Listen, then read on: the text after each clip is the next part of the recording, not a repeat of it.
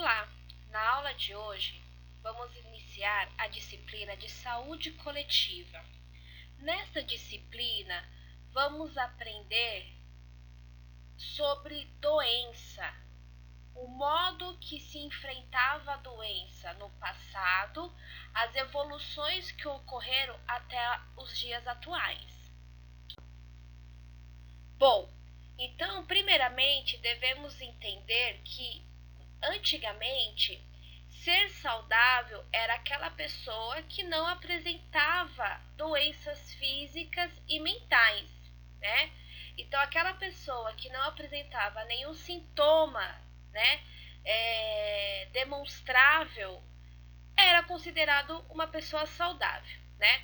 Partindo disso, então, a forma de se organizar, de se dedicar a essas doenças, era apenas a atenção médica curativa. Deste modo, né, pela falta de estudos mais aprofundados, né, não tinha conhecimento de como surgia, de como poderia surgir as doenças, né?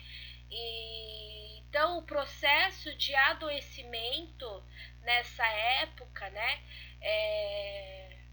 se explicava através de situações sobrenaturais, né, onde a doença poderia ser uma obra de demônios, espíritos malignos, né, enfim, né, então, podendo estar envolvido feiticeiros, sacerdotes, né, e essa explicação da época, né, se dava porque, como eu disse, não existia, né, não se conhecia de fato todas as informações que hoje, né, nós temos, né, das origens exatamente das doenças, né? Então, a justificativa da época era essa. E continuando aí com esse mesmo compreendimento da época, né? Então, a saúde, né, a concepção empírica da saúde da doença, ou dos maus ares, ou dos gases, né, poderiam ser provenientes da natureza, né, causando assim o desequilíbrio do homem, né, no homem, né, lembrando que isso poderia, como eu disse, né, se acreditavam que poderia ser obras sobrenaturais, né? E dessa forma, essas partículas, né, que poderiam ser lançadas aí, eram penetradas no corpo através do ar. Hoje, de certa forma, né, a gente sabe que o nosso esclarecimento foi evoluindo, né, e hoje a Organização Mundial de Saúde, né, através da Conferência Internacional Alma-Ata, né, coloca, né, e define que uma pessoa saudável é uma pessoa o quê? Com bem-estar físico, mental e social, né? E não apenas ausência de doença como era antigamente, né? Então a gente passa a entender que a partir da conferência de Alma-Ata, o homem foi visto como completo, né? Como um todo, né? De certa forma, a gente colocando uma pessoa, a gente entendendo que uma pessoa que tem não só a ausência de doença, podendo ter outras deficiências, outras dificuldades, né? E outros eixos, também se torna o homem improdutivo, da mesma forma que se houvesse uma patologia específica em desenvolvimento. Então, hoje, com o avanço, nós temos as concepções científicas, né, a descoberta da microbiologia, né, e definindo de certo, né, quem e quais são os exatos causadores de doença, né? Então, com essa intensificação dos estudos, né, descobrindo a microbiologia e sucessivamente os antibióticos, antissépticos, né, que são soluções e substâncias que podem neutralizar, né, a ação desses micro-organismos, a gente tem a evolução, né, do assunto, a desenvolvimento das doenças, né? E também, né, conhecendo e esclarecendo o que foi dito na conferência de Alma Ata, nós também entendemos que o surgimento de doença é uma situação, né, multicausal, né? Então, é um agente multicausal, podendo ser um agente multicausal. O que seria o multicausal? Que pode ter mais de uma causa, né? E dentre essas causas, a gente pode defini-las como categoria, que seria o quê? O agente em si, o hospedeiro e o meio ambiente.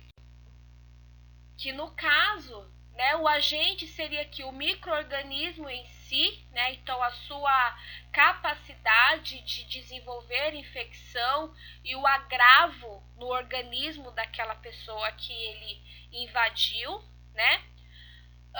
O hospedeiro, né, que é qualquer ser vivo que abriga esse agente em seu organismo, né? Então, o homem, aí vamos né, colocar aí, né, como exemplo o ser humano, né, no caso seria o hospedeiro, né?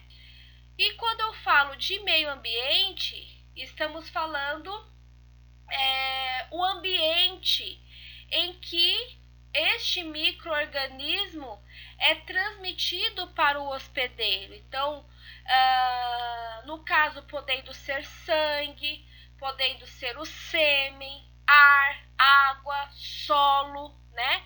Então, no qual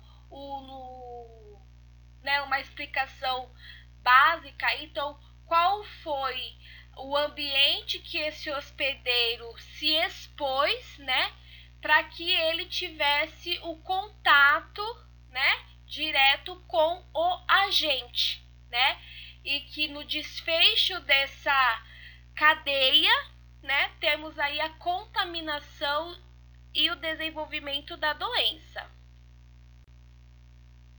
Como exemplo, nós temos aqui o agente, o vírus da hepatite B, os fatores do meio, né? O meio que esse micro-organismo pode estar presente. No caso, seria o sangue e ou sêmen, né? E o hospedeiro, né?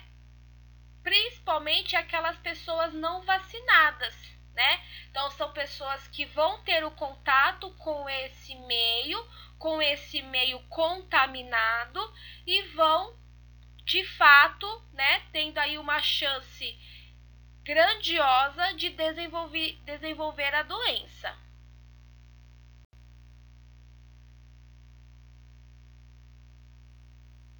Então, nós devemos entender, né, só para finalizar esse assunto, que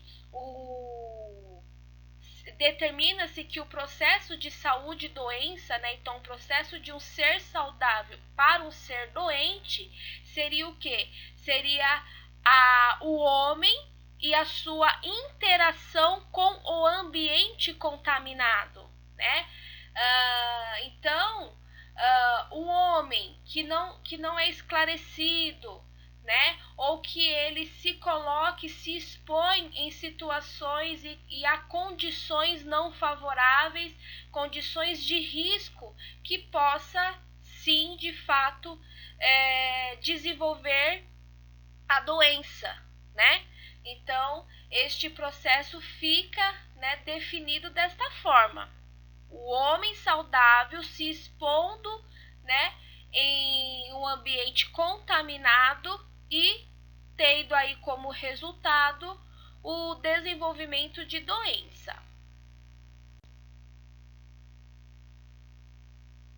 Bom, cada agente infeccioso, então cada micro-organismo, ele tem as suas características, né? E a gente só vai ter um sucesso, vamos dizer assim, né? Um entendimento melhor de doença, cura e prevenção e etc., sabendo definitivamente como que age esse agente infeccioso, né?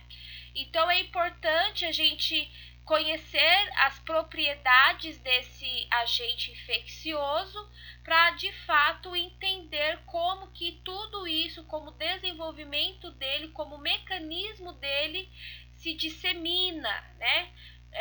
Como ele se desenvolve, né? E dos conhecimentos extremamente importante que devemos ter é conhecer a cadeia de transmissão dessa doença, né? Ou em algumas outras literaturas chamamos de cadeia epidemiológica, cadeia de infecção, né? Que seria de fato esse processo de quem é, aonde está e como que se transmite esse micro-organismo. Então, olha só. Então, olha aqui, nós temos o agente causal, no caso o micro-organismo, né? A gente saber quem é, colocar nomes aos burros, vamos dizer assim. O reservatório, que é o que? O homem ou o animal que pode abrigar esse micro-organismo e podendo ou não desenvolver a doença, tá? Número 3 seria o que? A porta de saída, né? E o que seria essa porta de saída? É por onde esse agente infeccioso ele é eliminado, né? Então, se ele está dentro de algo, no caso esse algo é o reservatório, ele deve, para ele contaminar outra pessoa, ele vai sair de dentro desse reservatório, né? E as formas pelos quais ele pode sair seria boca, nariz, aparelho digestivo, né? Corrente sanguínea e etc, tá? O modo de transmissão seria exatamente o que eu acabei de falar, né? A forma de contato com essa porta de saída, né? Então, seria, né, qual que é a forma que esse reservatório, né, passou a ser literalmente, né, a contaminar uma outra pessoa, né, fazendo dessa outra pessoa um novo reservatório, né?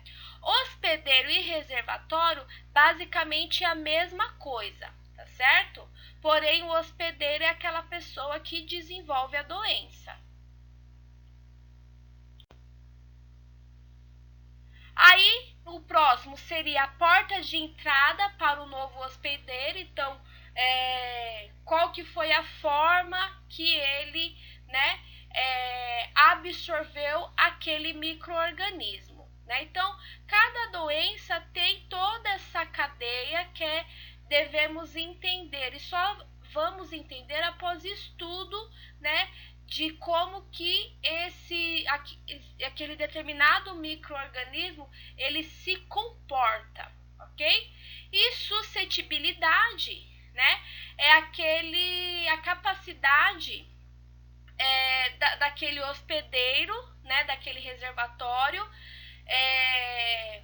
desenvolver a doença, né? Se ele vai ser mais sensível ou não àquele micro-organismo, ok?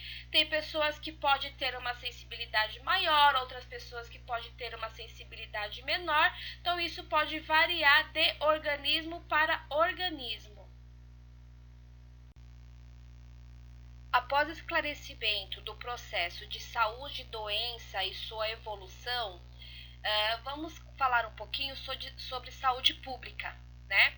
Então, saúde pública tem como objetivo a promoção, proteção e recuperação da saúde da comunidade, né? E para que possamos alcançar esses objetivos, é importante a gente criar estratégias, né? Então, são estratégias que deve alcançar todo este coletivo, né? Motivar a participação ativa da população, né? Que possa ajudar a organizar os seus recursos, né? Então, observando e entendendo o que falta para aquele grupo, para aquela sociedade, né? Entendendo que tem uma sociedade mais carente, outro grupo, outra coletividade que tem outras necessidades, né? E assim, dessa forma, criando estratégias, né? Desde o primeiro momento, a intenção é o quê? De impedir a ocorrência de doenças, né? Porque é muito coerente entender que a prevenção, né, as medidas de impedir a instalação de doenças é muito mais vantajoso, muito menos prejuízo acontece, né? Quando a gente já consegue impedir, né, o desenvolvimento da doença de uma população, né? Então, quando não é possível, né? Claro que nem tudo a gente vai conseguir ter esse feito, né? Mas quando acontece da doença já instalada, então a gente já vai partir para outros princípios de ação. Bom, e nesse caso, né, a gente deve entender que todas essas estratégias têm a sua forma de agir, né? E devemos entender também que essas ações elas devem ser intersetoriais e multidisciplinar, né? Por quê? Como desde o início, entendendo que saúde é o bem-estar físico, social, né? E psicológico, né? Então a gente tem que ter todos os setores que vão atender a essa necessidade, tá? Então, quando eu falo intersetorial, eu estou falando de quê? De setores ligados à alimentação, trabalho, habitação, meio ambiente, educação, transporte e lazer, né? E quando eu falo de atuação multidisciplinar, eu estou falando o quê? De conhecimentos provenientes de várias outras ciências, né? Então, como odontologia, epidemiológico, educação, né? Então, vários especialistas, né, que possa atuar e alcançar os objetivos da saúde pública. Devemos atuar também sempre de forma integral, né? Se tratando que estamos falando de saúde pública, né? Então, uma integralidade que vai alcançar toda a comunidade, né? E se tratando que o intuito e essas ações estão ligadas à comunidade, naturalmente a ação maior está correlacionada com a promoção e a proteção da saúde dessa comunidade, tá? E também devemos entender que essas atuações não é comprometimento somente de ações governamentais, podendo também ter a iniciativa de setores privados, como as Irmãs Santa Marcelina, né, a organização Albert Einstein, né, que vai estar aí complementando e efetivando ainda mais a saúde pública. De modo, então, podemos definir que saúde pública tem como definição promoção, proteção e recuperação e reabilitação da saúde. O que seria prevenção primária, proteção da saúde? Então, prevenção primária visa o quê? Evitar, né?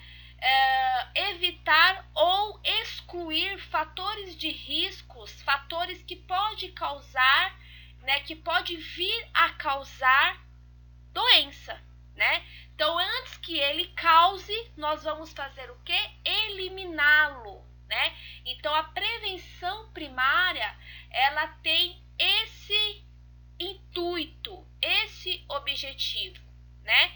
De remover esses fatores de risco antes de desenvolver a patologia, né?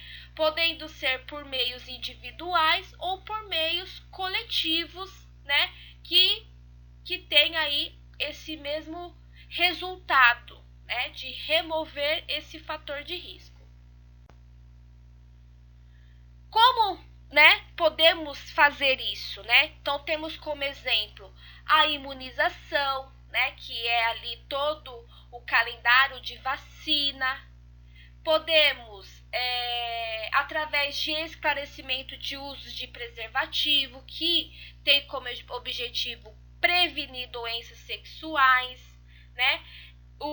A orientação e esclarecimento de uso de seringas descartáveis, né? Assim, podendo prevenir doenças como HIV e hepatites. Prevenção secundária, né? Recuperação da saúde, tá? Então, quando eu falo de prevenção secundária, eu estou falando do quê? De se por algum motivo, por algum fator, houve uma falha na prevenção primária, né? Que é de eliminar o fator de risco, né? A prevenção secundária tem o objetivo de quê? De detectar precocemente o quanto antes aquele problema de saúde, né? E dessa forma já criar estratégias imediatas, né? E apropriadas para que aquilo se resolva, para que se restabeleça a saúde daquele indivíduo ou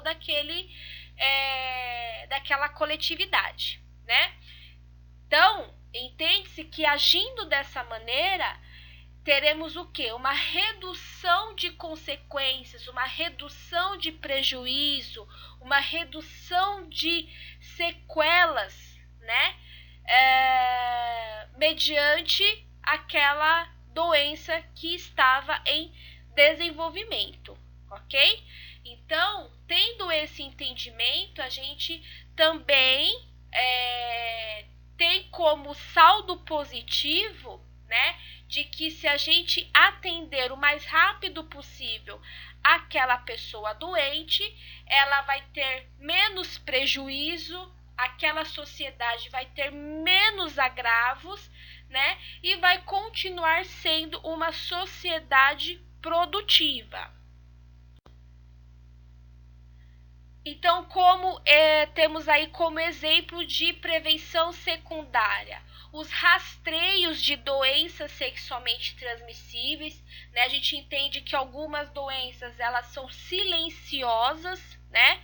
E por conta disso, tende-se a desenvolver e se agravar de forma que aquele hospedeiro, né? Então aquela pessoa não enxergue, né? E aí acaba não tomando as providências rapidamente, né?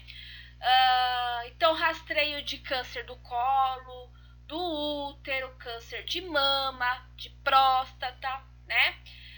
Rastreio aí da vigilância da pressão arterial, glicemia, dislipidemia, que é a alteração de colesterol, né? Que são doenças que, se tratada e controlada rapidamente, né, a pessoa consegue ter uma qualidade de vida muito melhor e até mesmo possibilidade de cura. Agora, a prevenção terciária, reabilitação da saúde, né? Isso nós estamos direcionando o assunto para o quê? Reabilitar aquela pessoa que já sofreu um agravo muito mais avançado, né? Então, essa prevenção terciária tem como objetivo limitar, né, o desenvolvimento, né? Então, o agravo daquela doença, né? E desta forma ela também vai estar o quê? Diminuindo as complicações, né, e as incapacidades que pode ocorrer, né, por conta do desenvolvimento dessa doença, né? Podemos também evitar uma morte precoce, dando a essa pessoa mais tempo de vida, ok? Adaptando a pessoa a essas suas novas características, vamos se dizer assim, né, devido aí às consequências e as sequelas que pode ter acontecido, né?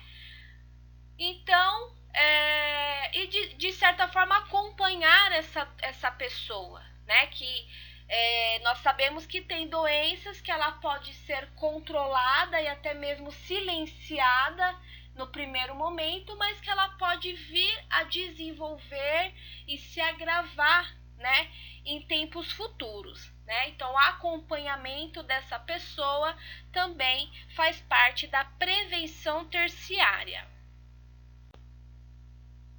Então, pessoal, a gente entende que para alcançar os objetivos da prevenção primária, secundária e terciária,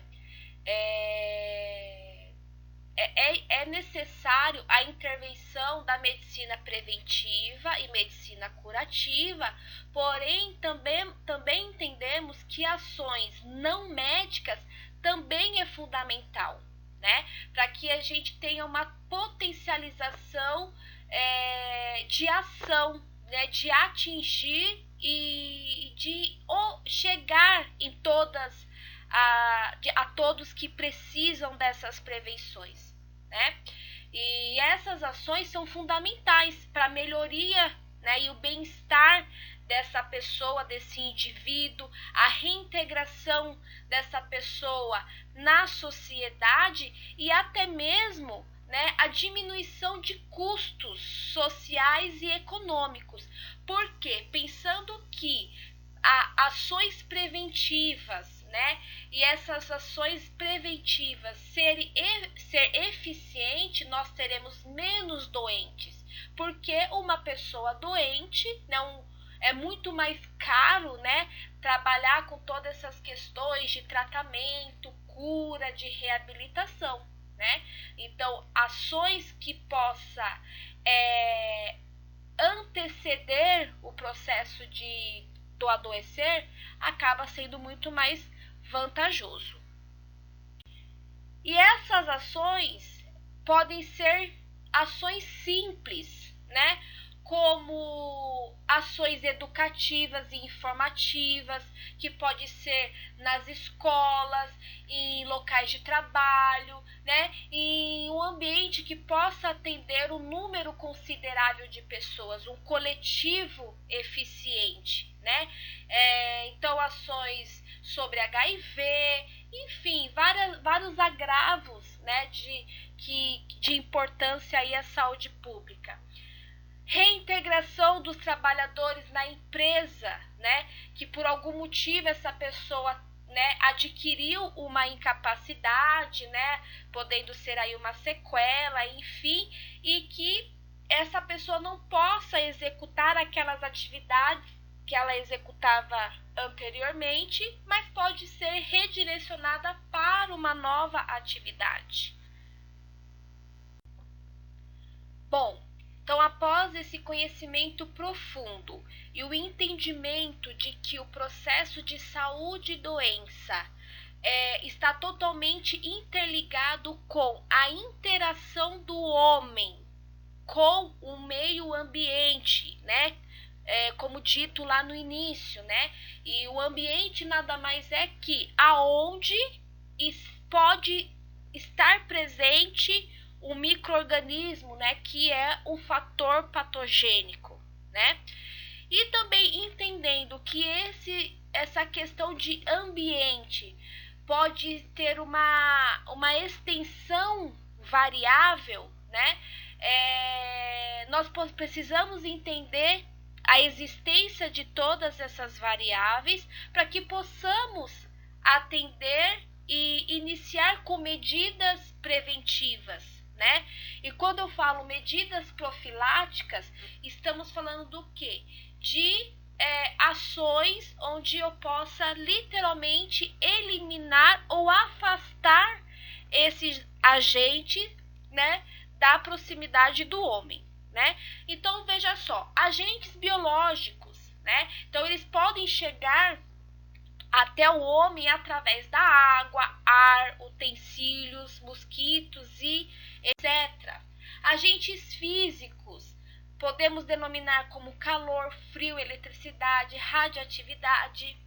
Agentes químicos, né, que podem contaminar o ar, a água, alimentos, né, e também trazendo prejuízo no organismo. O ambiente, né, então iluminação, má ventilação, ruídos, né, e outros como alimentação, analfabetismo, miséria, habitação inadequada, falta de lazer. Então a gente entende que quando a gente tem lá o primeiro conceito de que saúde é o bem-estar físico, social e psicológico, nós, né, entendemos que a gente precisa cuidar de um todo, né, e com todas as suas extensões da saúde pública, né? E por conta disso a gente envolve multissetores, né? Como dito lá anteriormente também, né?